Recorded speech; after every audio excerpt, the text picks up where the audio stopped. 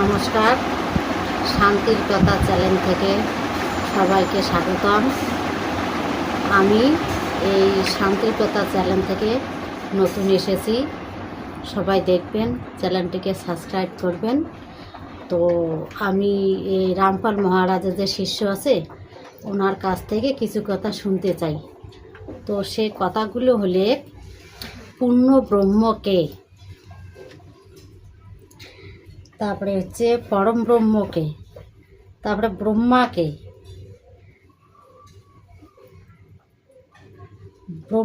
ব্রহ্মা এবং কবির সাহেব পরমেশ্বরের কিছু কথা জানতে চাই, উনি আপনাদেরকে শোনাবেন। যাই হোক, উনি আমাকে অনেকগুলো প্রশ্ন করলেন, আমি এনার চ্যানেলটা সম্পর্কে একটু বলবো। তোমার চ্যানেলের নাম কি? এনার চ্যানেলের নাম হচ্ছে জীবন দর্শন। তাই এই চ্যানেলে ইনি নতুন কাজ করতেছেন, এনার চ্যানেলটি গ্রো হতে চলছে। তো আজকে উনি আমাকে প্রশ্ন করলেন যে পূর্ণ ব্রহ্ম কাকে বলা হয়। আমাদের বেঙ্গলের মধ্যে পূর্ণ ব্রহ্ম, হরে কৃষ্ণ, তারপরে কৃষ্ণকেই অনেকে বলেন, কিন্তু আসলে পূর্ণ ব্রহ্ম শব্দটার অর্থ কী সে সম্পর্কে কিন্তু আমাদের অনেকেরই ধারণা নেই। আমি সেই সম্পর্কেই বলবো যে পূর্ণ ব্রহ্ম, দেখুন, পূর্ণ শব্দটা হচ্ছে যেটা পরিপূর্ণ, এক কথায় যার কোনো জন্ম মৃত্যু হয় না, তিনি হচ্ছেন পূর্ণ। আমরা কিন্তু পূর্ণ নই, কারণ আমাদের জন্ম মৃত্যু হয়, যে কারণে আমরা পূর্ণ নই। উনি পূর্ণ, যার কোনো জন্ম মৃত্যু হয় না। ব্রহ্ম কথার অর্থ হচ্ছে যে বিনাশহীন, অবিনাশী যিনি, তাকে বলা হয় ব্রহ্ম। তা পূর্ণ ব্রহ্ম, যার কোনো বিনাশ নেই, যিনি অবিনাশী, তিনি হচ্ছেন পূর্ণ ব্রহ্ম। তাই এই পূর্ণ ব্রহ্ম শব্দটির অর্থ আপনারা বুঝলেন। এবারে আসলো পর ব্রহ্ম। গীতায় কিন্তু উল্লেখ আছে, গীতায় 3 পুরুষের কথা উল্লেখ করা আছে, ব্রহ্ম, পরব্রহ্ম এবং পরম ব্রহ্ম। তাহলে এবার ওই পরব্রহ্ম আমি জানবো বা আপনাদেরকে বলবো। দেখুন, পরব্রহ্ম সেই ব্যক্তি যিনি দীর্ঘকাল জীবিত থাকেন, যিনি কোটি কোটি বৎসর জীবিত থাকেন, জীবিত থাকার পরেও কিন্তু তার একসময় মৃত্যু হয়। যেমন আমরা দেখবেন সোনার কোনো ক্ষয় নেই, কিন্তু লোহার ক্ষয় হয়। আবার ধরুন যেমন তামার ক্ষয় হয়, তারপরে রূপা, তারও ক্ষয় হয়, কিন্তু সোনার ক্ষয় হয় না। সেই রকম পূর্ণ ব্রহ্ম হচ্ছে সোনা, আর এই যে পর ব্রহ্ম হচ্ছে রূপা, আর এই যে ব্রহ্ম হচ্ছে লোহা, যার ক্ষয় হয়। তো এই যে পরব্রহ্ম, এই পরব্রহ্ম হচ্ছে সাত সংখ্যক ব্রহ্মাণ্ডের মালিক, যেটা গীতায় উল্লেখ করা আছে, কিন্তু পুরা বিবরণ নেই, যেটা জগৎগুরু তত্ত্বদর্শী সন্ত রামপাল মহারাজজি এই যে জ্ঞানগঙ্গা পুস্তকেও তিনি উল্লেখ করেছেন, এবং তিনি তার প্রত্যেকটা শিষ্যকে পুঙ্খানুপুঙ্খভাবে বুঝিয়েছেন যে পরব্রহ্ম কি। পরব্রহ্ম হচ্ছে সাত সংখ্যক ব্রহ্মাণ্ডের মালিক, উনি হচ্ছেন ঈশ্বর পরমেশ্বর। এই 3 পুরুষ, ব্রহ্ম হচ্ছে আর ঈশ্বর হচ্ছে ওই পরব্রহ্ম, আর পরমেশ্বর হচ্ছে ওই পূর্ণ ব্রহ্ম। তাহলে ব্রহ্ম, এবার ব্রহ্ম সম্পর্কে আমি বলবো যে বর্তমান যিনি গীতায় বিরাট রূপ দেখিয়েছেন, আমি দেখাচ্ছি, এই যে গীতায় বিরাট রূপ দেখিয়েছেন, ইনি হচ্ছেন ব্রহ্ম। ইনি অনেকদিন জীবিত থাকেন, প্রায় লাখো লাখো বৎসর ইনি জীবিত থাকেন। ইনি গীতায় নিজে বলেছেন যে অর্জুন, তোমার আমার বহুবার জন্ম হয়েছে, তুমি সব কিছু জানো না, কিন্তু আমি যোগ সিদ্ধির বলে বা সিদ্ধির বলে আমি কিন্তু আমার পূর্বজন্মের কথা আমি জানি এবং বলতে পারি। এবং তিনি এটাও বলেছেন যে আমার জন্ম অলৌকিক, আমি ছাড়া আমার জন্মের কথা কেউ জানে না। তিনি ব্রহ্ম। তার জন্ম সম্পর্কে একটু বলি। এই ব্রহ্মের জন্ম হয়েছিল একটা ডিমের ভিতর থেকে, যেটা পূর্ণ ব্রহ্ম কবির সাহেব সৃষ্টি করেছিলেন।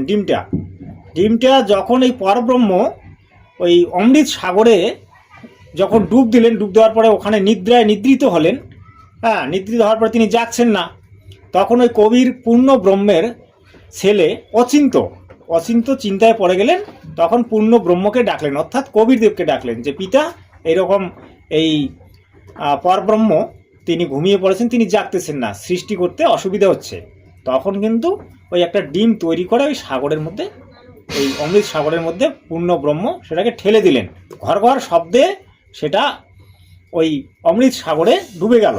ডুবে যাওয়ার পরে সেখানে ওই ঘর ঘর শব্দে ওই পর ব্রহ্মের নিদ্রা ভঙ্গ হলো এবং ওই পর ব্রহ্মের যে চোখের জ্যোতি, চোখের যে পাওয়ারে, চোখের পাওয়ারে কিন্তু তার ওই ডিমটা ফেটে গেল।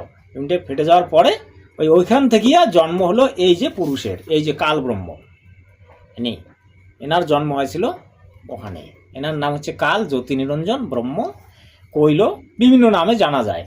তা এই যে ব্রহ্ম, পরব্রহ্ম এবং পরম ব্রহ্ম সম্পর্কে আপনারা জানলেন, কিন্তু এবারে আমি যেটা উনি বলছে কবিরদেব সম্পর্কে দেখুন। কবিরদেব 650 বছর আগে কাশীনগরে তিনি কমল ফুলের উপর প্রকট হয়েছিলেন। কবিরদেবের বিভিন্ন গ্রন্থ আছে, বিভিন্ন ধরনের মত আছে। অনেকে বলেন যে কবিরদেব নাকি ওই একটা বিধবার ঘরে জন্মগ্রহণ করেছিল, আবার অনেক গ্রন্থে ইতিহাসে অনেকভাবে লেখা আছে। কিন্তু বাস্তবটা যেটা, সেটা হচ্ছে কবিরদেব প্রকট হয়েছিলেন, একটা পদ্মফুলের উপর প্রকট হয়েছিলেন। নিরু এবং নিমা নামে দুজন দম্পতি তাকে লালন পালন করে বড় করেন।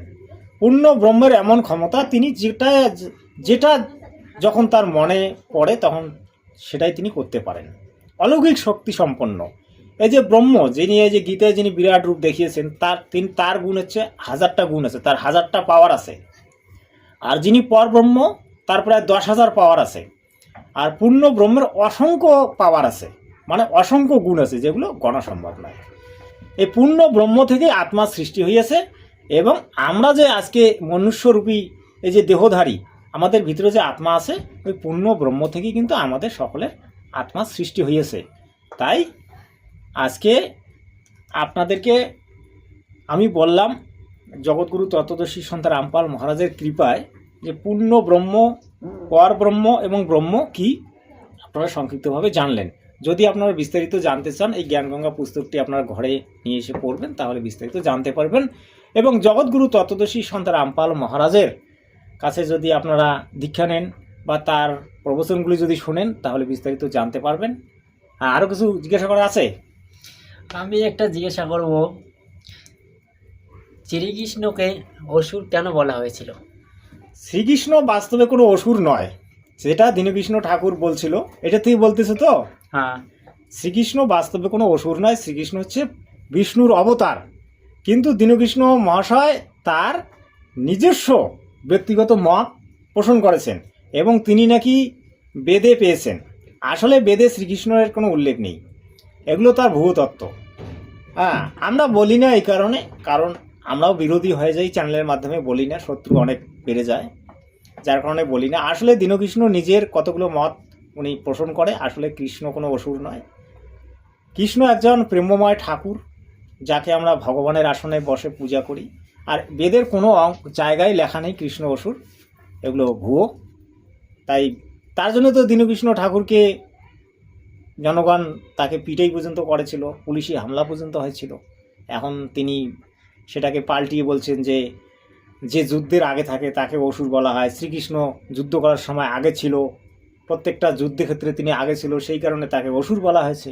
কথাটাকে পাল্টিয়েছেন। আর কিছু জিজ্ঞাসা করার আছে? না, আর কিছু আমার জিজ্ঞাসা করার নেই। যাই হোক দর্শক বন্ধুরা, তোমরা আমাদের চ্যানেলটাকে লাইক, কমেন্ট, শেয়ার করবে। আর আশা করি তোমরাও ভালো থাকবে, সুস্থ করবে। নমস্কার দর্শক বন্ধুরা। নমস্কার।